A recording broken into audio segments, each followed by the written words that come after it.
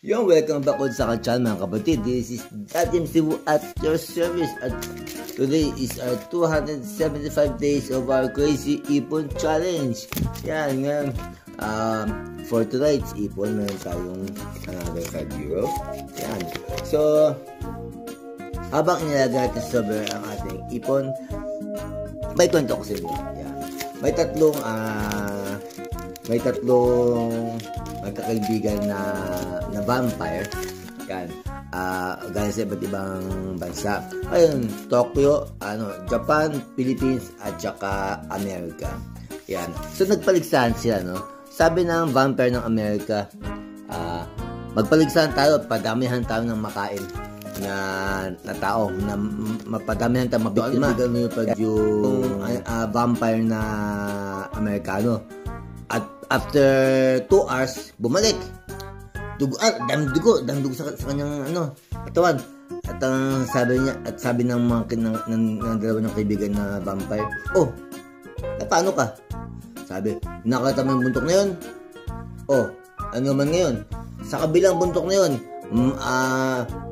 isang malaking syudad. Lahat yan, kinain ko." Yan ba? Galing mo, ha? Japan ay hindi magpapatalo. Lumipad din siya. Nagmadali. Lipad. After 1 hour, ito, mas mabilis to, 1 hour lang, bumalik. At sabi niya, sabi niya, nakita niyo yung kabilang buntok na yun? O ano meron doon?